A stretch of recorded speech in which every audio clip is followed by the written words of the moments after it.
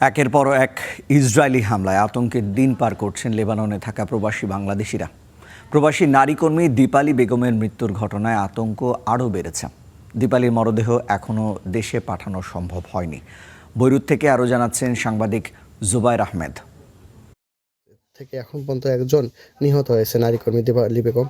এর মরদেহ কিন্তু এখন বৈরুতের রবিক হারিরি মেডিকেল কলেজে রাখা হয়েছে।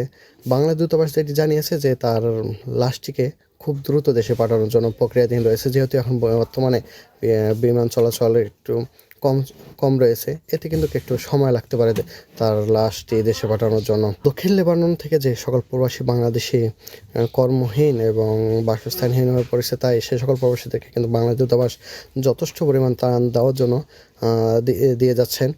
যে সকল প্রবাসী বাংলাদেশি এখন পর্যন্ত ত্রাণ পাচ্ছে না বা ভারতের সঙ্গে দূতাবাসের সঙ্গে যোগাযোগ করতে পারেনি, তাদেরকে কিন্তু খুব দ্রুত বাংলাদেশ দূতাবাসের সঙ্গে যোগাযোগ করার জন্য বলা হচ্ছে, যেন তারা বাংলাদেশ দূতাবাসের যে ত্রাণ কার্যক্রম রয়েছে তার আওতাধীন চলে আসতে পারে।